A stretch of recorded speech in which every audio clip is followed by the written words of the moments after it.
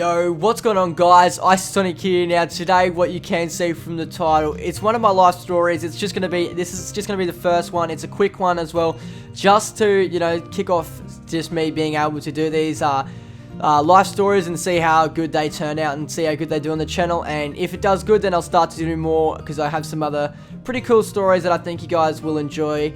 And so yeah, let's get right into it. So this was on my road trip a couple months ago. I can't actually remember the dates.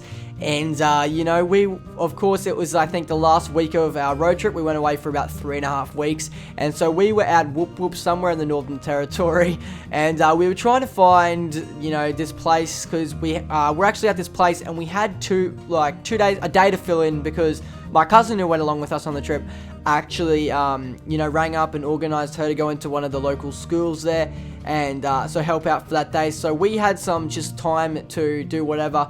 And that was just my family, of course, and so we just went along to ourselves to try and find a bushwalk or something like that. And also I do have a recording of me doing the walk if you guys want to see that. It was a really, really beautiful walk. It was so nice.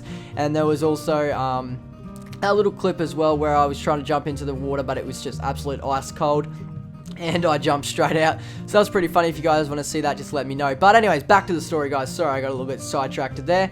And so yeah, we were at that place, we did our walk and stuff like that, and we all drove up to this other place to try and do a hang glide thing across the canopies or whatever, but we missed it by 20 minutes or something like that, half an hour. So that kind of sucks. But yeah, so then we were driving on our way back looking for something else to do for the day, and we saw this thing about platypus pools or something like that, and it said crystal clear water, etc, etc, and we're like, alright, sweet, let's go do that. And we kind of walked over, and it was like this little kind of campsite type thing.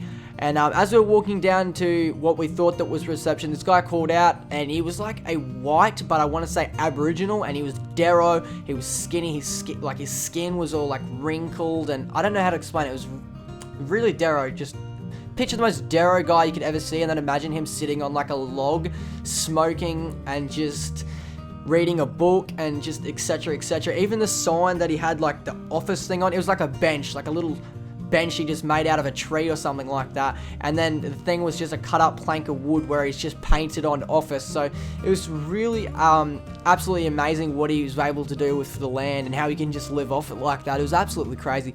No, I'm just kidding, guys. But so he was just sitting there, and we go over there, my little sister and my dad, we walked over to him and talked. My dad was doing all the talking, I was just sitting there wondering if this guy was actually smoking weed in front of us. But yes, he was, guys. He was drinking as well, so I thought, I knew it was weed, but I didn't want to say anything, just because, if I was wrong, I would have looked like a spastic. And also my dad was right there, you know what I mean? So it was kind of and I also didn't want to offend this guy, because I didn't want to get stabbed or something. So, I just kind of played along with it and all that, and he's just going on smoking in front of my little sister, who was 7, I think, I'm pretty sure. Yeah, she's 7. Well, as I was, guys, she had a birthday when we got back, so that's why.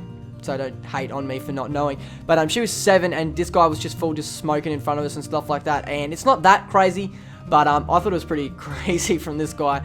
But we got back to the car, and I went to tell my little brother, I'm like, that guy's smoking weed. And he, because my little brother's the biggest nerd ever, but I was like, this guy's actually smoking weed. Where do you even get weed there? This guy probably just has a plant. I was going to ask as well, but my dad got pretty mad when I said I was going to ask him if I could get some.